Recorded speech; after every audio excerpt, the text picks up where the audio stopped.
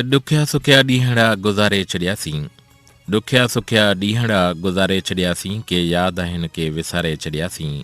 रोअण जी आदत न हुई अखियुनि खे, रुनासीं त राज ई रुआरे छॾियासीं।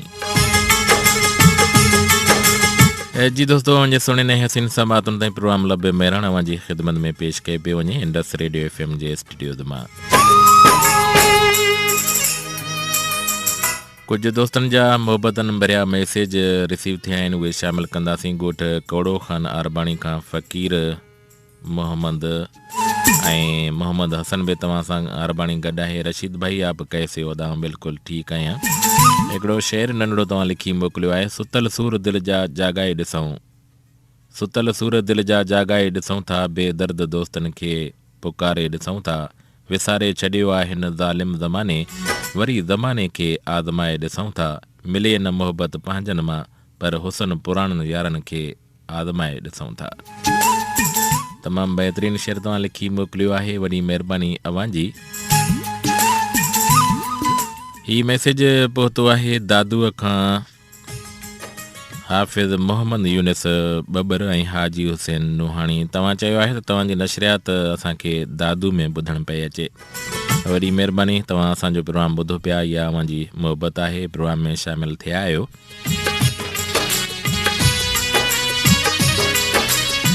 दोस्तो, जीअं जीअं तव्हांजा मैसेजिस असांखे रिसीव थींदा, गॾोगॾु उहे असां प्रोग्राम में शामिलु कंदासीं। जनाब, समूरी दुनिया में माहिरनि चयो आहे त वधंदड़ गर्मी यानी ग्लोबल वार्मिंग सबबु दुनिया जी सभ खां डिघी चोटी वारो सिलसिलो हिमालय जो हिकु ॾहाई में बर्फ़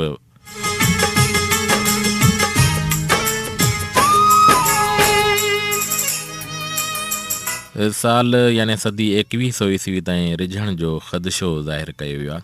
इहो इनकशाफ़ international centre for integrated development यानी ICI मूड तरफ़ां जारी कयल तजज़ियाती रिपोर्ट में कयो वियो आहे।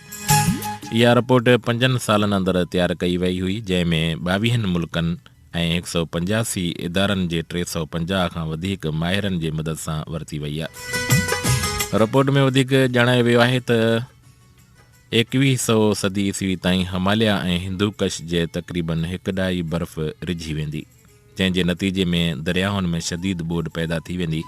वाज़िह रहे त हिमालय सभिनी पहाड़ी सिलसिलनि मां डिघो जाबलू सिलसिलो आहे, जंहिंमें दुनिया जे सभिनी खां डिघी चोटी नेपाल जो माउंट एवरेस्ट मौजूदु आहे। 8000 मीटरनि खां दुनिया जो सभई चोटियूं हिन सिलसिले में मौजूदु आहिनि। इन सिलसिले जी ऊचाई खे सम्झण लाइ इहो ॼाणणु ज़रूरी आहे त उन में 7200 मीटरनि खां वधीक ऊचूं यानी 100 खां वधीक चोटियूं आहिनि। जॾहिं त उन खां ॿाहिरि दुनिया जे बुलंद तरीन चोटी कोह एंडीज़ में मौजूदु एकोनोनका आहे, जंहिंजी ऊचाई रुगो 6962 मीटर आहे। साइंसदाननि मूजिबि वसी बर्फ़ानी गोलनि ते मुश्तमिल हिंदूकश ऐं हिमालय जो इहो ख़ितो एंटार्क्टिका ऐं आर्टिक ख़िते खां बाद टियों कुतुब आहे। इहो ख़ितो 3500 किलोमीटरनि ते मुश्तमिल आहे ऐं जबलनि जो इहो सिलसिलो अफ़गानिस्तान, बांग्लादेश, भूटान, चीन, भारत, म्यांमार ऐं नेपाल ऐं पाकिस्तान ताईं पखिड़ियल आहे।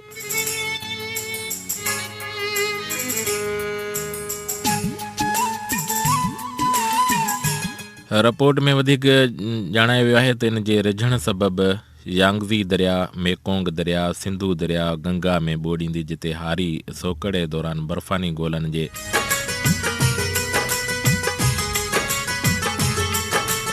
रिझण सां हासिलु थींदड़ पाणी ते गुज़ारो कंदा आहिनि। इन ॿोड़ सां फ़सुल खे घणो नुक़सानु पहुचंदो, जॾहिं त भरपासे वारा इलाइक़ा दुनिया जी तारीख़ तां मटिजी सघजनि था। इन ख़िते में तक़रीबन 25 करोड़ माण्हू जाबलू इलाइक़नि में रहनि था, जॾहिं त मैदानी इलाइक़नि में रहण वारनि जो अंगु 1 अरब 65 करोड़ आहे। ॼाणायल रिपोर्ट जी सरबराही कंदड़ फिलिप्स वेस्टर जो चवणु आहे त इहो उहो माहौलियाती बहरान आहे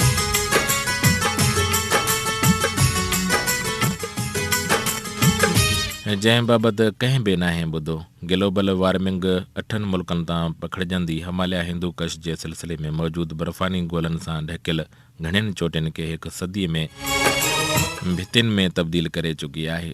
रिपोर्ट में चयो वियो आहे त जेकॾहिं 2015 ईस्वी जे पेरिस माहौलियाती मुआहिदे तहत ग्लोबल वार्मिंग खे रोकण लाइ सख़्तु बंदोबस्त बि कया वञनि, तॾहिं बि 2100 ईस्वी ताईं ख़िते जी हिकु ॾाई खां वधीक बर्फ़ रिझी वेंदी। ऐं जेकॾहिं असां हलंदड़ साल दौरान ग्रीन हाउस गैसेस जी रोकथाम करण में नाकाम थी वियासीं त 2 ॾहाइनि में बर्फ़ रिझी वेंदी। जी दोस्तो, ईंदड़ हिकु सदी में गर्मी पद वधण सबबि हिमालय जे बर्फ़ रिझण सां महाॿोॾि तबाही आणे छॾींदी। हिमालय ऐं हिंदू कच्छ जे तक़रीबन हिकु ॾाई बर्फ़ रिझण सां भरपासे वारनि मुल्कनि में ॿोॾि सां वॾो नुक़सानु थींदो। इहा माहिरनि हिकिड़ी रिपोर्ट ॾिनी हुई जेका अव्हांजे समातुनि जे नज़र कईसीं। समीना गुडी जो हिकिड़ो बहितरीनु नगमो आहे, उन सुठियुनि अंदाज़ सां ॻायो आहे। अचो त गॾिजी ॿुधी वठूं।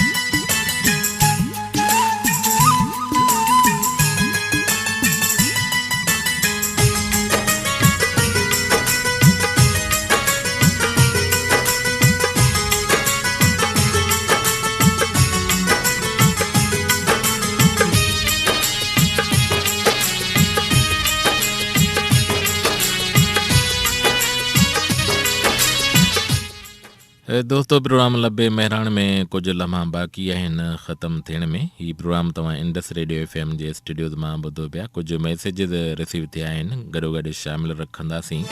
तालका ॾहरकी जे ॻोठ खां जानी गबोल, अशफाक अहमद गबोल, प्लीज़ प्ले फ़नकार मुख़्तियार अली गबोल, थैंक यू, वॾी महिरबानी। तव्हां मोहबतनि भरियो SMS लिखी प्रोग्राम में शामिलु थिया आहियो।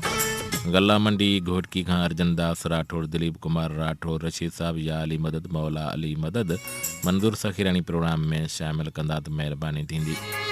वॾी महिरबानी अर्जन दास, तव्हां मोहबतनि भरियो SMS लिखी प्रोग्राम में शामिलु थिया आहियो। दोस्तो, जीअं जीअं तव्हांजा मैसेजिस असां वटि पहुचंदा, गॾोगॾु असां उहे ज़रूरु प्रोग्राम में शामिलु कंदासीं। समीन, जॾहिं कणिक जा सोना संग सिज जी रोशनी जे साथ में झरकंदा आहिनि त हारीअ जी मुख ते बि सुनहरी रंग फैलिजी वेंदा आहिनि। खांसि केतिरनि ई ॾींहंनि जी महिनत ऐं रातिनि जे उजागनि जा थक विसरी वेंदा आहिनि। पाण वटि चवणी आहे त जंहिंजे घर में दाणा तंहिंजा चरिया बि सियाणा। ईअं बि चयो वेंदो आहे त अनो आहे त ईमान आहे, ही उहा ई त कणिक आहे जंहिंजे दाणे खे चखण जी ग़लतीअ जी पैदाश मां ॾाढी हवा ऐं ॾाढे आदम खे हिकु तवील विछोड़े जे ऋण में उछलायो वियो हो। कणिक जंहिंजे अटे मां मानी पचंदी आहे ऐं मानी जंहिं लाइ अयाद गुल चयो त पेट बुखे लाइ हिकिड़ी मानी सुर्ग जीअं भॻवान जीअं आहे। शेख अयाद पंहिंजे पिरीअ सां गॾु मानड़ी खाइण जी आस कीअं थो इज़हारे। गॾिजी खाऊं मानड़ी पोएं वेले में मूंखे मेले में छो थो छॾी ओचितो। भला केरु थो विसारे सघे आबूहनि जे उन ज़ाइके खे जेकी कणिक जे कचनि पकनि संगनि खे बाहि ते सेके तयारु कया वेंदा आहिनि। कणिक जॾहिं पची रास थींदी आहे त लाबारा पवंदा आहिनि ऐं पोइ गाहु ॻाया वेंदा आहिनि। गाहु जेके अॻु ॾांदनि ज़रिए ॻाया वेंदा हुआ पर हाणे उन्हनि जी जाइ ते थ्रेशर मशीननि ज़रिए ॻायो थो वञे। थ्रेशर उहा जाइ वालारे वरिती आहे। थोरो मादीअ तरफ़ वञो, पंहिंजे बालकपण तरफ़ वञो त अव्हांखे इहो मंज़र चिटाई सां यादि ईंदा। जॾहिं बि कंहिं देरे ते थ्रेशर हलंदो हो फिज़ा में बोह जी तूतड़ उॾामंदी हुई त ॿारड़ा पहुची वेंदा हुआ। उन्हनि खे कणिक जो टोयो ख़र्चीअ में मिलंदो हो ऐं ॿार उन्हीअ सां झोल भरे डोड़ंदा ॻोठ जे अकेले हट ते पहुचंदा हुआ ऐं पोइ झूने दुकानदार खां खोड़ सारी शइ लाई खंड भुॻड़ा नकुल रेवड़ियूं खट मिठड़ा ख़रीद करे मौजूं कंदा हुआ। मिटी मां ठहियल गुंदियूं कणिक सां भरिजी वेंदियूं हुयूं ऐं हारी नारी पूरे साल लाइ बेफ़िक्र थी वेंदा हुआ। बोह बाल मताव जे सॼे साल जी खाद जो सामानो बणिजी पवंदो हुयो। उन बोह खे मिटीअ में मिलाए गारो ठाहे घरनि जे छितियुनि खे ॾाढो कयो वेंदो हो। झुरियल भितियुनि खे लेपो ॾिनो वेंदो हो, लितण खे ताज़ो कयो वेंदो हो। अञा बि पोइ ते वञो, घरनि जूं वॾड़ियूं असुर जो उथी जंड जोटींदियूं हुयूं ऐं कणिक जे दाणनि खे पीही अटो तयारु कंदियूं हुयूं। अटो जंहिंमां मानियूं उफराटा ऐं बुसरियूं पचंदियूं हुयूं ऐं ॾडरियल कणिक मां भत रिझंदो हो। उन ई कणिक मां मासूम ॿारनि लाइ पेजी ठहंदी हुई ऐं फ़क़ीर फ़ुक़रा खे ख़ैर में अटो ॾिनो वेंदो हुयो। हटनि ते कणिक ॾिनी वेंदी ऐं सीधो सामान वरितो वेंदो हुयो। जोगी फ़क़ीर दरनि ते अची गेह जे ख़ाली दॿनि ऐं टीननि ते पुड़ चाढ़ींदा हुआ ऐं मोट में उन्हनि जी महिनत जे एवज़ खेनि अटो ॾिनो वेंदो हुयो। घोरड़िया कणिक वठी ॿारनि खे खाइण जूं शयूं ॾींदा हुआ। शादियुनि ऐं ग़मियुनि में औरतुनि मुबारक ॾियण ऐं उज़र ख़्वाही करण लाइ वेंदियूं हुयूं त पाण सां गॾु अटो खणी वेंदियूं हुयूं त जीअं उहो अटो शादी या ग़मी वारे घर में मानी पचाइण जे कमु अची सघे। हीउ उहो दौरु हुयो जॾहिं गुंदियुनि जा लीड़ा लथल हूंदा हुया। वेढ़े जो को बि फ़रदान हूंद में कंहिंजी बि गुंदीअ मां अन जो बाचको भरे हलियो वेंदो हुयो। मुसाफ़िरनि ऐं महिमाननि लाइ कणिक जी अलॻि कोटा रखी वेंदी हुई। मूंखे हिते शेख हयात जो बैदि थो यादि अचे। आउं मुसाफ़िर आऊं मूंखे घर मानी थी पचे, तूं बि तूं मूंसां खाओ तो बिन खाज न हुजे। ॻाल्हियुनि जो सिलसिलो बिल्कुलु जारी ऐं सारी आहे। सैयद सागर शाह जी शाइरी अव्हांखे ॿुधायूं था। मंज़ूर सखीरणी जो ख़ूबसूरत आवाज़।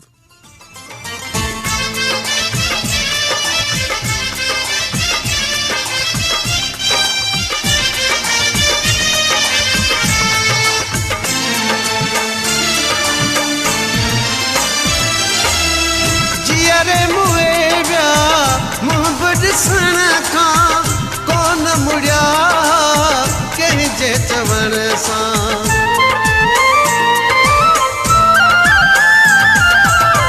जीअरे मुए विया मुंहुं ॾिसण खां कोन मुड़िया कंहिंजे चवण सां। करे विया देर अलाए कहिड़ा वठूं वेर पंहिंजा दग मटे विया। गैर सॻा गैर तॾहिं कढी मुंहिंजा पेर पंहिंजा दग मटे विया। पंहिंजा दग मटे विया खिल खिल कटे विया। पंहिंजा दग मटे विया खिल खिल कटे विया। ओ गैर सॻा गैर तॾहिं कढी मुंहिंजा पेर पंहिंजा दग मटे विया।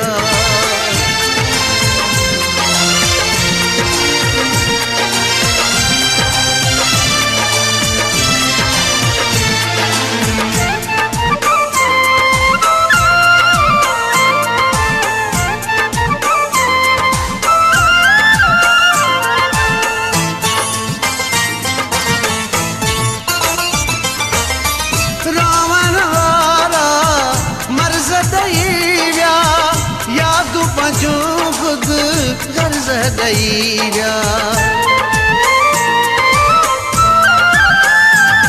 रोअण वारा मर्ज़ ॾई विया यादूं पंहिंजूं ख़ुदि कर्ज़ ॾई विया दुख जी ॾिनऊं हेर रुआ सांझी सवेर पंज दग मटे विया गैर साॻिया गैर तॾहिं कढी मुंहिंजा पेर पंहिंजा दग मटे विया पंहिंजा दग मटे विया खिल खिल कटे विया पंहिंजा दग मटे विया खिल खिल कटे विया ओ गैर साॻिया गैर तॾहिं कढी मुंहिंजा पेर पंहिंजा दग मटे विया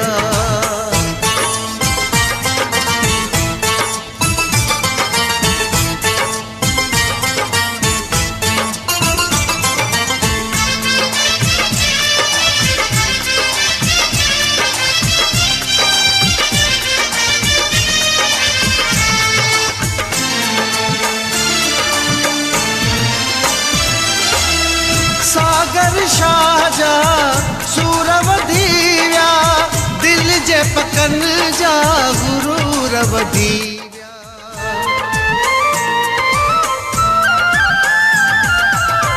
सागर शाह जा सूर वधी विया दिल जे पकन जी दोस्तों वक़्त जो कांटो उन जगह ते पहुतो आहे जिते न चाहींदे बि रशीद कलेरी अवां खां प्रोग्राम मोकिलाईंदो सो प्रोग्राम लबे महिराण मां पंहिंजे मेज़बान रशीद कलेरीअ खे ॾींदा आहे इजाज़त इन ई दुआ सां त मुहबतूं क़ाइमु त जुदाई असुल कान्हे जेॾां पेर तेॾां ख़ैर साथ सलामत रहंदो अल्लाह भाई